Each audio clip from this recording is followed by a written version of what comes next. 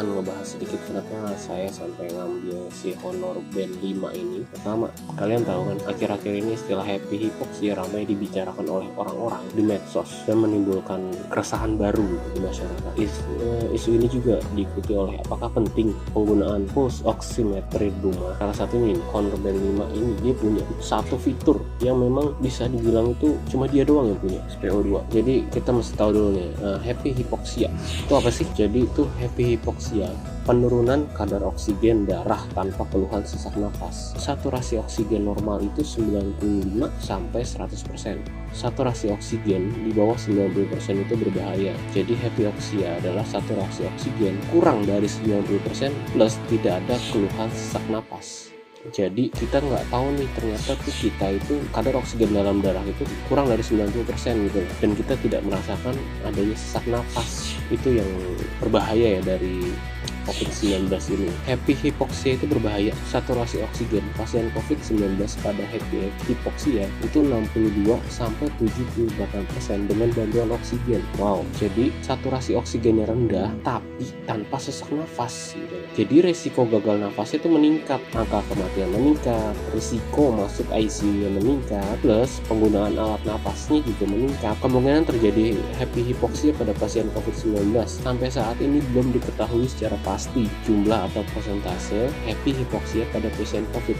Estimasi dari penelitian yang ada itu 62% pasien COVID-19 berat dan 46 yang diintubasi atau ICU atau meninggal dunia tidak ada keluhan sesak nafas. Jadi kenapa sih gue sampai beli ini si Honor Band 5? Karena di antara band-band yang lain atau smartwatch yang beredar saat ini tuh yang punya fitur SpO2 tuh hanya keluaran dari Huawei dan Honor. Kurang lebih Huawei dan Honor itu kan masih satu brand lah istilahnya. Jadi untuk smartwatch saat ini yang saya tahu sih cuma keluaran Huawei itu sama memang keluaran Honor ya punya saturasi oksigen di SpO2 itu. Untuk bandnya itu si Honor Band 5 ini. Sedangkan untuk band Huawei itu sendiri saya sih nggak dapat di pasar ya. Mungkin kalau udah ada yang pakai dan udah ada pengalaman pakai boleh sharing deh di komen ya. Dan kenapa juga akhirnya saya ngambil ini tuh ya memang harganya itu bisa dibilang tuh sangat terjangkau ya, kisaran 300 ribuan kalian sudah dapat fitur-fitur yang memang saat ini itu sangat membantu untuk mengecek kadar oksigen dalam darah. Sekarang coba kita cobain ya, sebelum kita masuk ke SpO2 ya, kita cek beberapa fitur yang memang ada di jam ini ya, yang saya juga nggak terlalu ngulik, nggak terlalu pakai semua karena memang lumayan sibuk bekerja juga. Jadi yang pertama dan lumrah adanya adalah memang jam.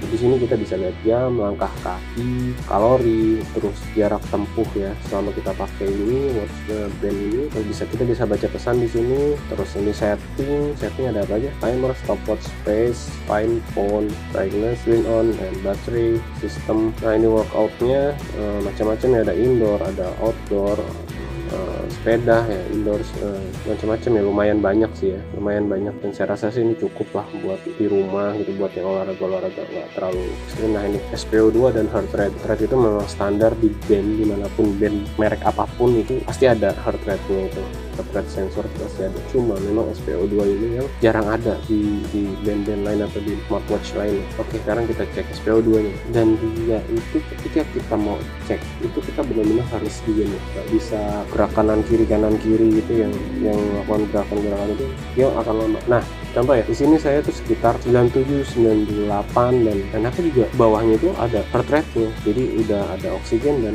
langsung ada heart rate. Jadi kita nggak perlu cek heart rate sendiri, oksigen sendiri. Sekali cek SpO2 itu kita sudah dua yang bisa kita cek, itu heart rate plus oksigen. Oke. Dan beberapa review di luar juga saya cek itu mereka sudah banyak yang mengcompare ya antara Honor Band ini dan pulse meter ya, yang oximeter yang di jari, dan itu selisih poinnya tuh nggak banyak deh, mungkin sekitar 1 atau 2 poin, bahkan rata-rata sih 1 poin yang saya lihat. Jadi saya rasa sih untuk penggunaan standar gitu, kita sehari-hari buat ngecek, misalkan kita lagi di kantor, lagi di luar atau dimanapun, kita sehari itu bisa mungkin minimal 3 kali pengecekan ya untuk cek kadar oksigen kita. Jadi apabila memang tiba-tiba kadar oksigen kita menurun itu kita bisa segera tahu dan segera bisa menghubungi fasilitas kesehatan terdekat. Jadi ya mengurangi, bukannya saya bilang ini bisa banget mendeteksi, tapi ya setidaknya kita mengurangi resiko yang ada aja sih.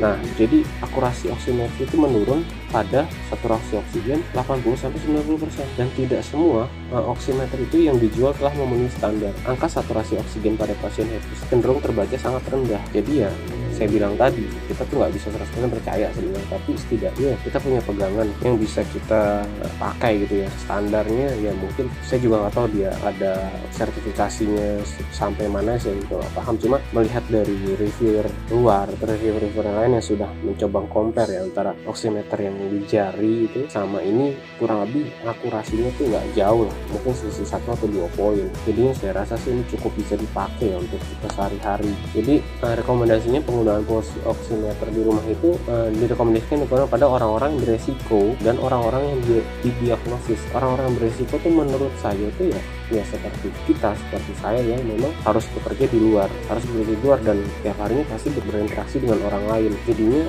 ya kita beresiko. Hampir semua orang di Indonesia itu semua beresiko.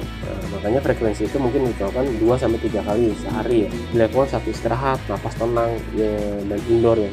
Pengukuran itu dilakukan 30-60 detik pada jari telunjuk atau tengah tanpa neopolis. Itu kalau yang memang oximeternya yang di tangan ya. Gunakan sebisa mungkin itu yang sudah sesuai standar. Nah, ini dia, kita susah ya cari yang oximeter yang sesuai standar itu yang seperti apa. Di pasaran juga banyak harga yang 100-300 ribuan. Lalu juga enaknya ini tuh kita bisa sinkron ke handphone gitu. Jadi kita bisa tracking tuh oksigen kita berapa di jam berapanya itu kita record gitu ya, record dan ditransfer ke handphone untuk kita review gitu. Kesimpulannya sih, happy hypoxia dapat terjadi pada pasien COVID-19 dengan mekanisme yang belum diketahui secara pasti. Dan oximeter ini selama digunakan sesuai dengan ketentuan dapat digunakan sebagai alat untuk membantu deteksi hypoxia di rumah. Jadi memang ya saya bilang ini buat ngebantu aja sih sebenarnya, bantu kita buat kontrol atau buat mengecek lah ya, supaya jangan sampai kita terlena gitu.